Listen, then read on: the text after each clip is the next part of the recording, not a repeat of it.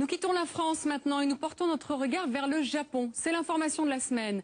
La catastrophe de la centrale nucléaire de Fukushima est désormais classée au niveau 7 par les autorités nippones, celui de Tchernobyl. Un mois après le séisme et le tsunami, alors que la Terre tremble toujours, des fuites radioactives sont encore constatées sur place.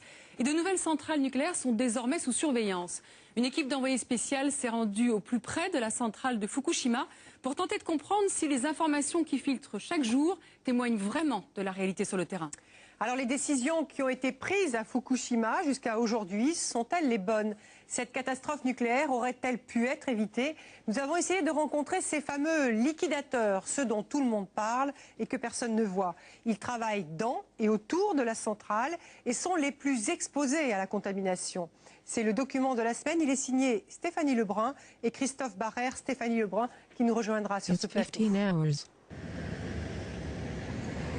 Sur cette route de campagne de la préfecture de Fukushima, nulle trace de séisme ou de tsunami. Mais la région s'est arrêtée de vivre le 11 mars. Nous sommes à une cinquantaine de kilomètres de la centrale nucléaire. Ici, les habitants luttent contre un ennemi invisible, la radioactivité. Tout semble normal, mais rien n'est plus comme avant. Endo Zenichiro continue de traire ses vaches chaque matin. Mais dans une des fermes du voisinage, des substances radioactives ont été détectées dans le lait des vaches. Il y a 3 semaines, il a reçu l'ordre de ne plus vendre son lait. Je ne sais même pas si mon lait est contaminé. Si c'est le cas, alors ça veut dire que nous sommes tous irradiés ici.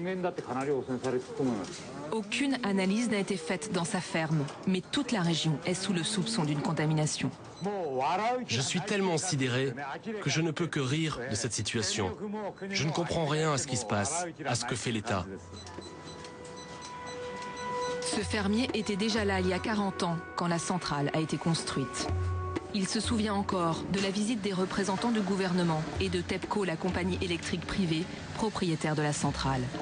Il cherchait le soutien de la population. Quand ils sont venus, ils nous ont dit qu'il n'y aurait jamais d'accident. Ils ont vraiment utilisé le mot « jamais ». Alors maintenant, nous sommes tous très en colère. Je n'ai pas de mots pour exprimer ma colère. Chaque jour, il arrête sa camionnette au bout de ce champ. Il exécute ce que la coopérative laitière lui a dit de faire, sur ordre de la préfecture de Fukushima.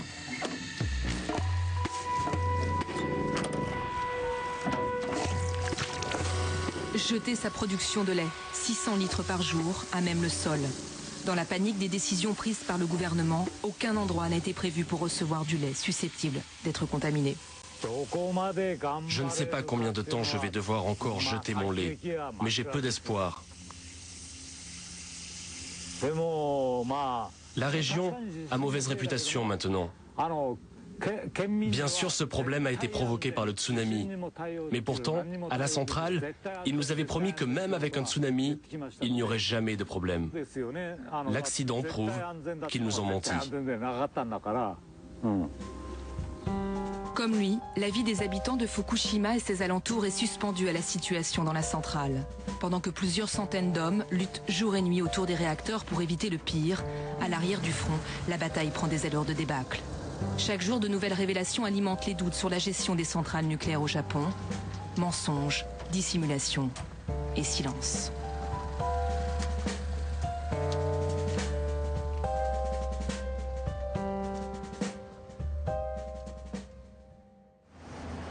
Yonezawa, à 90 km de la centrale.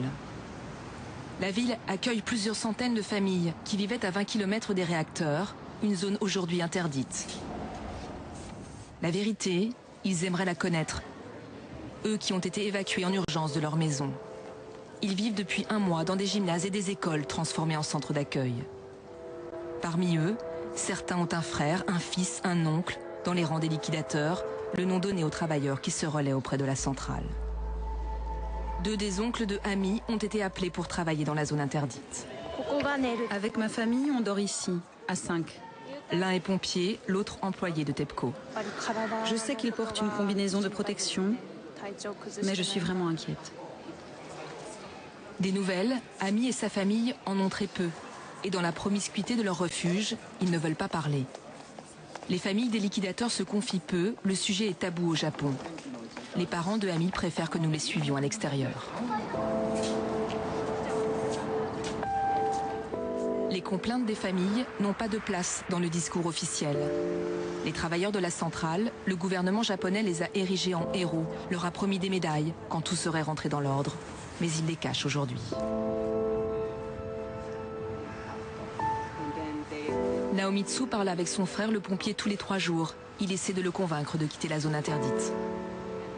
Le frère de Yukiko n'a pas 20 ans, il était employé par TEPCO. Il est resté sur les lieux pendant 6 jours avant d'être évacué. Ce que font leurs proches près des réacteurs reste entouré de mystères. La première fois que j'ai pu lui parler, c'était le 14 mars, 3 jours après le tsunami. Il disait que son employeur l'avait appelé pour aller à la centrale la veille et qu'il allait certainement y retourner le lendemain. On ne s'est pas reparlé depuis.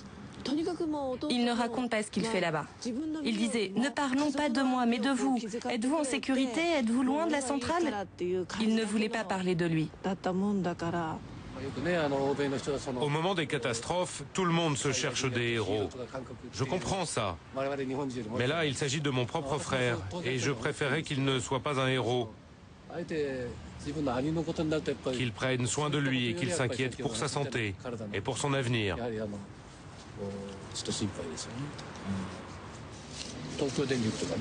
Je suis sûr que TEPCO ne dit pas tout.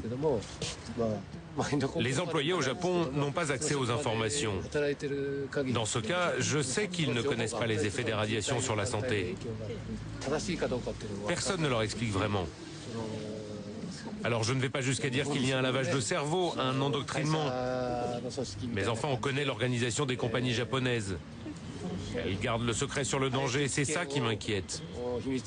Qu'ils ne donnent pas les informations exactes, oui, c'est ça qui m'inquiète. Nous avons appelé les 2 hommes. Aucun des 2 n'a voulu nous parler. Pudeur, consigne ou peur, les liquidateurs ne montrent pas leur visage. Nous allons finalement en rencontrer un. Il nous attend à Tokyo, à 300 km au sud.